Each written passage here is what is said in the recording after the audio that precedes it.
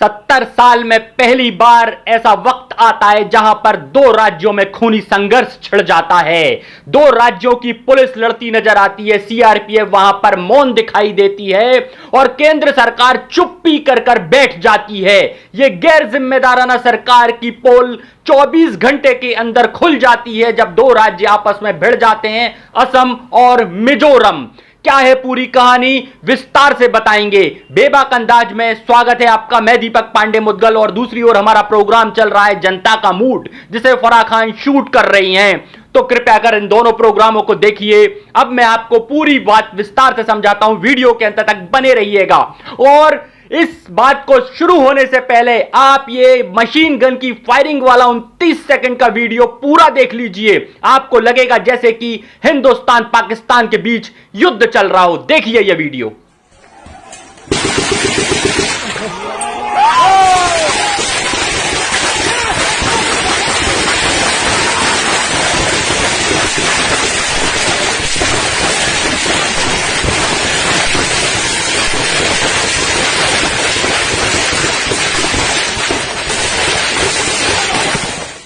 यह वीडियो देखकर आपको क्या लग रहा है कि यह हिंदुस्तान पाकिस्तान की सीमा है, असम मिजोरम की सीमा है? असल में असम और मिजोरम के अंदर जो वाकया घटा है वो किसी से अब छुपा नहीं है, लेकिन राष्ट्रीय मीडिया इस पर डिबेट करने तैयार नहीं होता। जब 70 साल में पहली बार खूनी संघर्ष छिड़ जाता है, और यह बात तब होती है जब असम के अंदर, मिजोरम के अंदर दोनों जगह ही भाजपा की सरकार है। मतलब असम के अंदर हेमंत बिस्वा शर्मा जो मुख्यमंत्री है, वहां पर बीजेपी की पूर्ण बहुमत सरकार बैठी हुई है।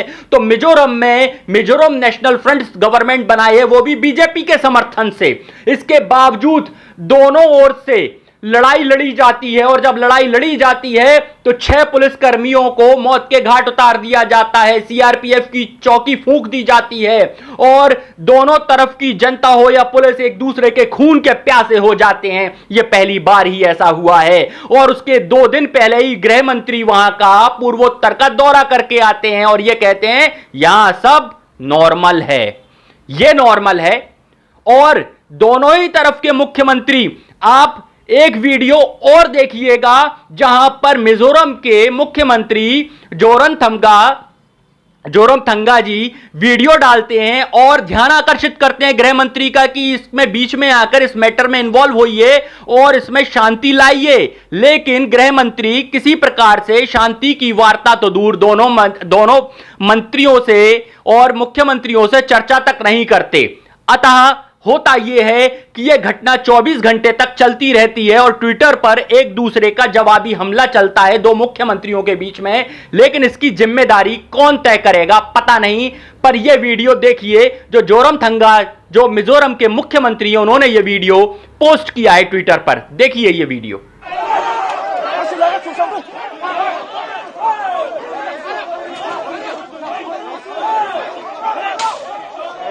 किस तरीके से लाठियों के साथ आपको आम जनता और पुलिस दिखाई दे रही है। अब आप सोचेंगे ये सब यूं ही और ऐसे ही सहज, ना सहज कुछ नहीं होता। देश के अंदर सब कुछ एक प्रायोजित ही होता है। असहज कुछ भी नहीं है यहां पर, और सहज भी कुछ नहीं बचा अब। क्योंकि आप देखेंगे इसके समानांतर जम्मू कश्मीर की घटना को याद कर लीजिए। जब जम्मू कश्मीर में 89-90 के बीच में भाजपा की समर्थन वाली सरकार बैठी थी, तभी वहां से कश्मीरी पंडितों का पलायन शुरू हो गया था। अब मैं ये आपको क्यों बता रहा हूं, क्योंकि आप इस कहानी के समानांतर इस असम और मिजोरम की कहानी को भी समझ लेंगे, जैसे जम्मू और कश्मीर की कहानी को समझना होगा। वहां पर जब पहली बार कश्मीरी पंडित को मारा गया था तो वहां पर हिंसा जारी रही, लेकिन भाजपा ने अपने समर्थन वाली सरकार से समर्थन वापस नहीं खींचा कि इस पर आप शांति बनाइए, और हिंसा होने दी। आज इस हिंसा का नतीजा है कि आप देखेंगे कि धीरे धीरे वहां से सारे कश्मीरी पंडित पलायन कर गए, और आज स्थिति यह बनी हुई है कि वहां पर कश्मीरी पंडितों के नाम से वोट मांगा गया और धारा 70 को हटाया गया कि कश्मीरी पंडितों को वहां पर पुनर्स्थापित किया जाएगा, लेकिन असल में ऐसा हुआ नहीं। 3000 एकड़ जमीन कारोबारियों को दे दी गई और कश्मीरी पंडितों के नाम पे 2000 एकड़ जमीन भी नहीं निकाली गई। इसका मतलब साफ साफ नजर आता है कि बीजेपी का ध्यान प्राकृतिक संपदाओं पर बना हुआ है और जहां पर प्राकृतिक संपदाएं भरपूर हैं वहां पर झगड़े लगाकर, वहां पर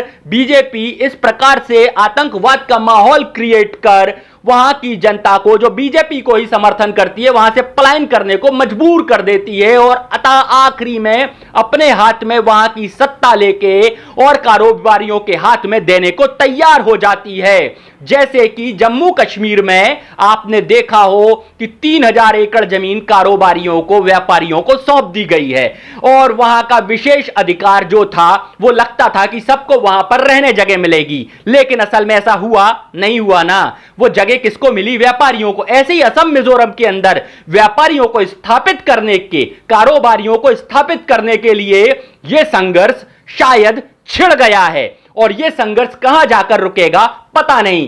पर दोनों ही तरफ से जब ट्विटर वॉर चल रहा था तो अमित शाह को टैग किया गया, पीएमओ कार्यालय को टैग किया गया, प्रधानमंत्री को टैग किया गया और असंवेदनशीलता की तो हद जब पार हो जाती है, जब इस मामले में संज्ञान लेने का तो छोड़िए, इस मामले में कुछ भी नहीं किया जाता और दोनों पुलिसों के बीच में सीआरपीएफ चौकी को भी निशाना बना दिया जाता है। मतलब कि केंद्र की चौकी भी वहां पर मौजूद थी, जिसे हम केंद्रीय रिजर्व पुलिस बल कहते हैं, वो भी वहां पर मौजूद था, लेकिन किसी प्रकार से उस हिंसा को रोका नहीं गया बल्कि बढ़ने दिया गया। आखिरी में ना ही कोई श्रद्धांजलि, ना ही कोई संवेदनाएं, ना ही कोई टीवी डिबेट, ना ही कोई सरकार की जिम्मेदारी तय हो पाई है। यह सवाल उठना लाजमी है, आखिर इस हिंसा का जिम्मेदार कौन? क्या गृह मंत्री या प्रधानमंत्री?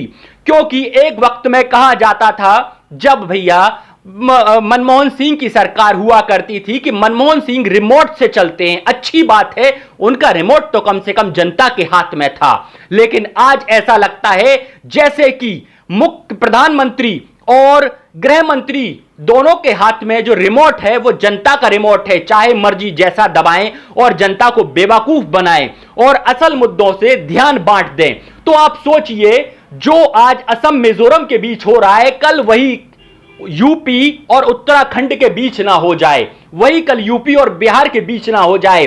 क्योंकि आप देखेंगे कि लोकतंत्र की हत्या कैसे होती है। ये तो आपने देखा हो, जब ऑक्सीजन की किल्लत चल रही थी कोरोना काल में, जब कोरोना अपना कहर बरपा रहा था, वहां पर त्राहिमाम त्राहिमाम करते हुए बीजेपी के खुद विधायक, सांसद ऑक्सीजन मांग रहे थे, लेकिन उनकी सुनने वाला कोई नहीं था। लेकिन यह राष्ट्रीय मीडिया, गोदी मीडिया और मोदी भक्त मीडिया आपको वो सब चीजें दिखाएगा जिससे एडवर्टाइजमेंट चलाई जा सके मोदी जी की। मोदी जी का सब कुछ दिखाया जाएगा, लेकिन गैर जिम्मेदारापन आपको नहीं दिखाया जाएगा। देश के अंदर जिम्मेदारी तय करी नहीं जाएगी कि कोरोना में जो जाने गई हैं वो उसकी जिम्मेदारी कौन लेगा। देश में ऑक्सीजन की कमी से जिन लोगों की मौत हुई है उनकी जिम्मेदारी कौन लेगा। और आज असम और मिजोरम के बीच जो हो रहा है इसकी जिम्मेदारी कौन लेगा। नोटबंदी के दौरान जिनकी जाने गई हैं उसकी जिम्मेदारी कौन लेगा। असल में जिम्मेदार कौन, अब यह तय आपको करना है कि उत्तर प्रदेश का चुनाव किस तरीके से आप किसके हाथ में सत्ता देने वाले हैं। हमारा काम सच दिखाना और इस बेबाक अंदाज में मैं दीपक पांडे मुद्गल बना रहूंगा। तब तक के लिए मुझे इजाजत दीजिए। जय हिंद। और जनता का मूड देखना ना भूलिए फराह खान के साथ। धन्यवाद और बहुत बहुत धन्यवाद। देखते रहिए, हमारा उत्साह बढ़ाते रहिए और बेबाक अंदाज में प्राकृतिक संपदाओं को बचाने के लिए हम लगातार आवाज उठाते रहेंगे। तब तक के लिए बहुत बहुत धन्यवाद।